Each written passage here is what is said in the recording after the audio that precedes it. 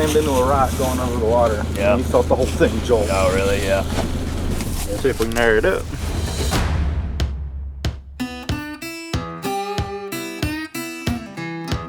Always prepared. Air compressor and a plug kit. There it is. Well, I'll get in these and I'll get you up to where you're going so you can do what you need to do up there. Okay. We were literally 45 minutes away from the top of the hill from our trucks. We had to drive the other side-by-sides that we had back out, get a tire, and then attempt to actually change the flat in the woods.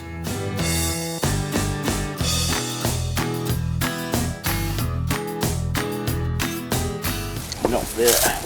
I don't know. Negative. Randy, who's the land manager out here, was with us and was gracious enough to drive back to the top of the hill, get a spare tire, bring it all the way back down to the bottom of the hill, only to realize that the spare tire was the wrong size and wouldn't fit the side-by-side. While the creek gets up, I can't get back up here. I know. So you got to try to deal with this today? Yeah, I'm gonna fix it today and get it back down there. Yeah. Okay. All right, well, let's... You don't have to mess with it. I got some girls I can bring down here and help get this back. You sure? What you gotta do, yes. Okay. And do what Young's gotta do. So getting the flat tire really didn't affect us. Thankful for us, we had a couple of extra side-by-sides to be able to track on to the project, and it really didn't take any time away from the project itself.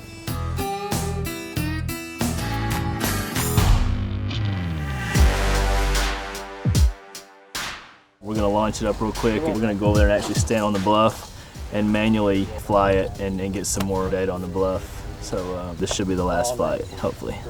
Usually you put it in waypoint mode and you kind of just monitor the UAV and make sure it's doing what it's supposed to be doing, you know. But when you're flying it manually, you really got to be focused in on your telemetry and make sure it's flying where you want it to fly inside the flight block, and that it's flying the area you need to cover, because you're just kind of doing it on your own instead of the software doing it for you.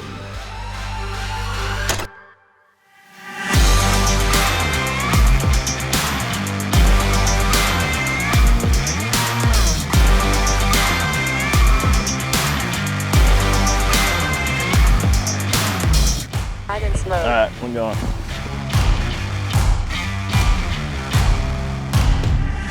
This is the hands-on approach to manual flying right here. So right here where we're standing is on the edge of the actual project scope itself. The road is over here to my left. We're actually going to design the road to come down this hill, come off the bluff right here, switch back and turn down to the bottom side of the bluff, and then turn back again and then head towards the creek, which will be the bottom of the project. And so right now we're wrapping up our last flight line. This should get us all the data that we need. And he's done scanning now. So we're just gonna raise it back up to proper altitude and send it home and go get it. The challenge was we knew we weren't going to be able to see the drone from where we took off. So when we did take off, we sent the drone to the flight block, put it in a holding pattern, walked through the woods to where we could actually spot the drone at the flight area. And then Jeff manually flew the bluff area with the drone, manually triggering the scanner to capture the data.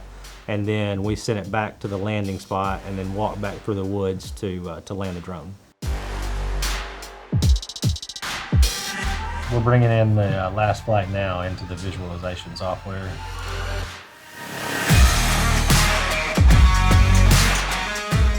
So it looks like now that we've got all the data in the software, it looks like we've got 100% coverage of the area that we needed.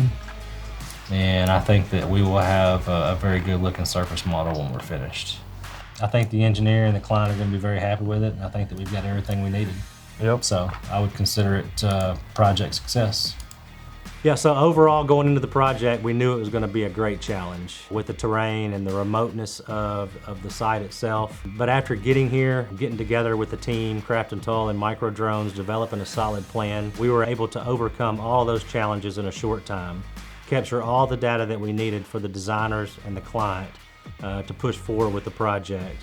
And the data that we've seen so far that we've processed looks really good, and I think everybody's going to be pretty satisfied. The Microdrones product and everything that they've built into the platform itself with the terrain follow, the planning functions, in the software itself really helped us through this project and gave us an edge over some of the other UAVs we've used in the past. We've been working with Matt for about 1.5 years now. Whenever we're on a project using their stuff, we feel like Microdrones is on that project with us. You know, if we ever need any kind of support or anything like that, it's just, I mean, they're right there. Being able to see a project like this, where the top of the mountain, you know, about 600 feet above the below part of the mountain, it's a lot of elevation change that would take a long time for somebody to survey. It keeps people off the mountain from having to survey it in the traditional sense, and we can gather much more data from the drone. So now what we'll do is we'll pack everything up, wrap up everything here on site, take all the data back to the office and start processing it so we can get the deliverables ready for the client.